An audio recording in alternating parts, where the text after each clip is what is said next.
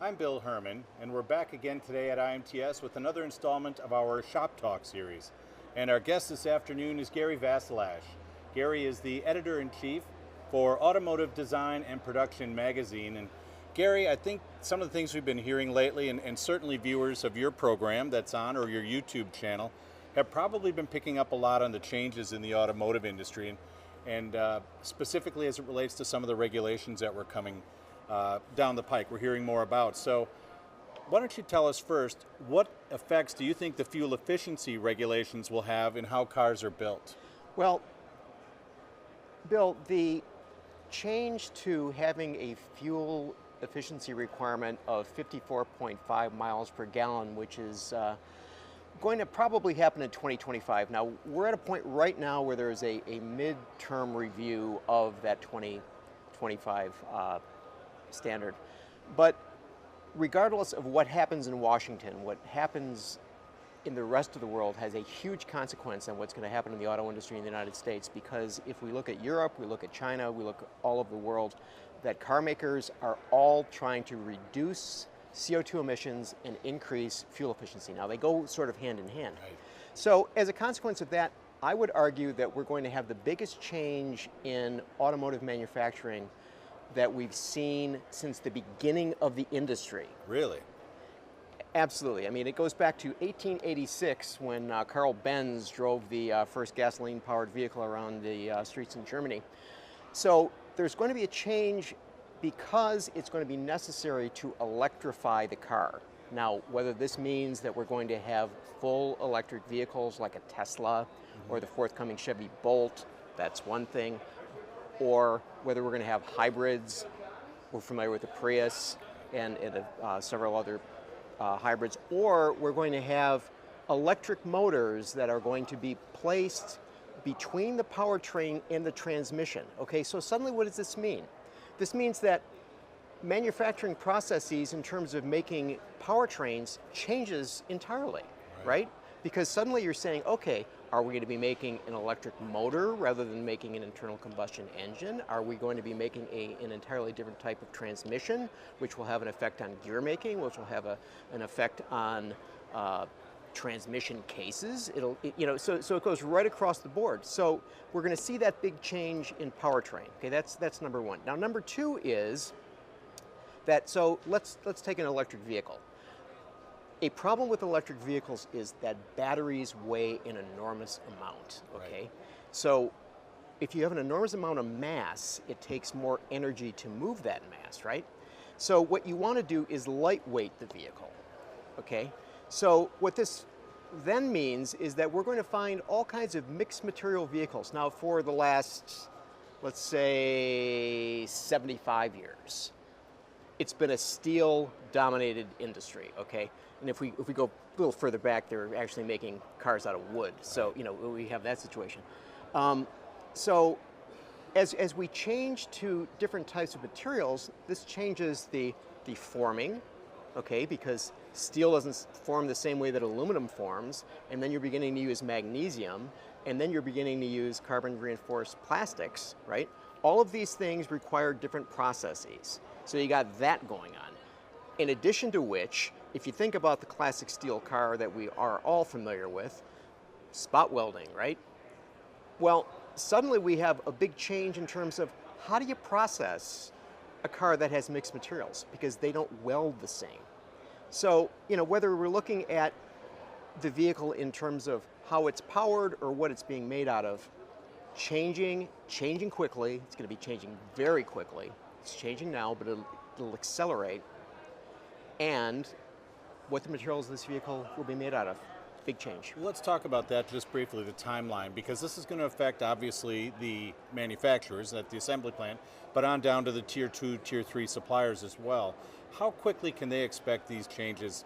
What is the timeline for the regulations, and when will they affect the manufacturing industry? Okay, so the regulation can be expected here in the United States, 2025. Okay, there will be a change. Is it tiered, or is it one fell well, swoop? Okay, so the number 54.5 is sort of an average, because basically the EPA and NHTSA are working on a scenario whereby it will be based on the footprint of the vehicle. So are you going to expect to have a light-duty pickup truck, a Silverado or an F-150 or a Ram, getting 54.5 miles per gallon? No, that's not going to happen. However, if you have a Honda Fit, okay, it will have in excess of 54.5 miles per gallon. So it's going to be footprint based. Okay. So in terms of timing, in terms of what will be happening with suppliers to the auto industry, the changes are going on right now because as I mentioned, that the EU has regulations that are coming into effect 2021, and there'll be regulations in China that are also taking effect at about the same time. And if you average the way they're trying to figure things, if you want to sell a global product, and every automotive manufacturer is a global manufacturer nowadays, you've got to meet the requirements of those markets. And so you take the big three markets of China, Europe, and the United States, changes are there, so you're making those changes now. And what kind of process will allow the vehicles to be lighter? What are some things that people are going to do to achieve these new standards? Well, I mean, as I mentioned, I mean, we're going to be seeing different types of materials. So steel is not going to go away because steel, the people who make steel understand the requirements that the automakers are facing. So they're making some ultra high strength steels. Now, the issue with ultra high strength steels is they don't stamp the same way that, say, milder steels stamp, okay? And so this would require, in many instances, that you actually have to heat the metal before you stamp it, okay? Then you have this stamped piece, and you want to have holes in it to locate things. Well, they're finding that the traditional punches and dies aren't working anymore, so you have to take lasers to cut the holes in these things. So you have those changes going on. Again, you have to look at, okay, how do you put together steel and aluminum, because they don't like to be together, right? So we're going to see a whole lot more adhesives being used to put these things together. We're going to be seeing a lot of, some structures are going entirely aluminum. So, we mentioned the Tesla earlier. Everybody knows the Tesla is an electric car, but no one ever talks about the fact that the Tesla is also an aluminum car. Okay, it's a fully aluminum car. Everybody thinks the F-150 is the only big aluminum thing that's out there. Mm-hmm. But so suddenly mechanical fasteners, which have not been necessary to a great extent in the auto industry, they're coming back. So, whether you're making rivets or whether you're making entire engines, transmissions are changing. People used to be familiar with 6-speed transmissions. Oh, you want to buy a new car, get a 6-speed, that's great. Well, now there are 8, 9, and 10-speed transmissions. So we're going to, the new Camaro has a 10-speed transmission in it. Ford just introduced a new model of the F-150, 10-speed transmission in it. Changes across the board. Now, as the shops are retooling to meet these new requirements, how are these plants, whether it's the suppliers or the manufacturers themselves, how are they going to be able to make the cars more efficiently? Well, so the issue comes down to the fact that the level of competition has never been greater. Mm-hmm.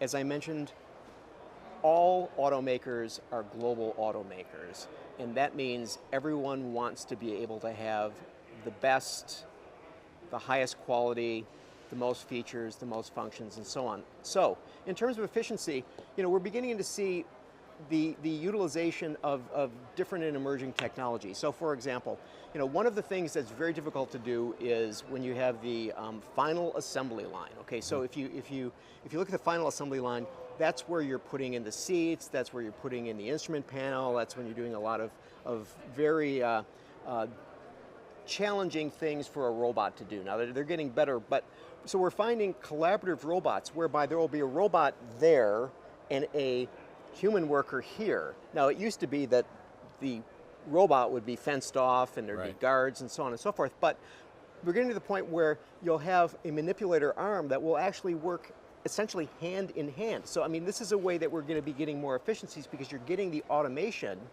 right? But you also are getting the dexterity of a human worker, okay? And this goes across the board. I mean, you're looking at, the utilization of additive manufacturing technologies. Now, so the thing is that, okay, so are we going to be printing cars? Now, at last year's, or 2 years ago's IMTS, we had the Stratty from Local Motors, printed car, right?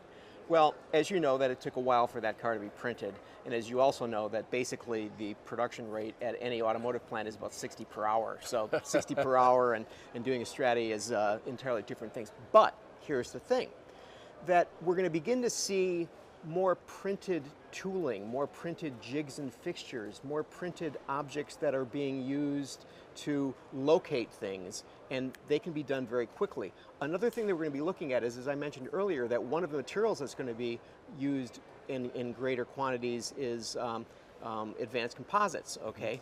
So while you can't really print a stamping die to make an ultra high strength steel panel very well, you can make molds for making composite parts. So suddenly you're going to have the efficiency of being able to print those and very quickly make parts.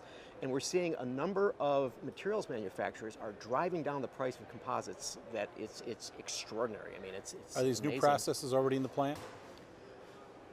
Or is this what's coming around the corner? Very, very, very limited cases. I mean, we're seeing BMW when they're making the i8 and the i3. I mean, they have this advanced technology in terms of making composites. But I mean, that's basically a show place. It's a one-off. But there will be the proliferation because, as I was saying earlier, there is no alternative. The changes have to come. Or get left behind. Yes. And in terms of terminology, it seems like every couple of years we're hearing the new buzzwords here at IMTS as we talk about collaborative robots.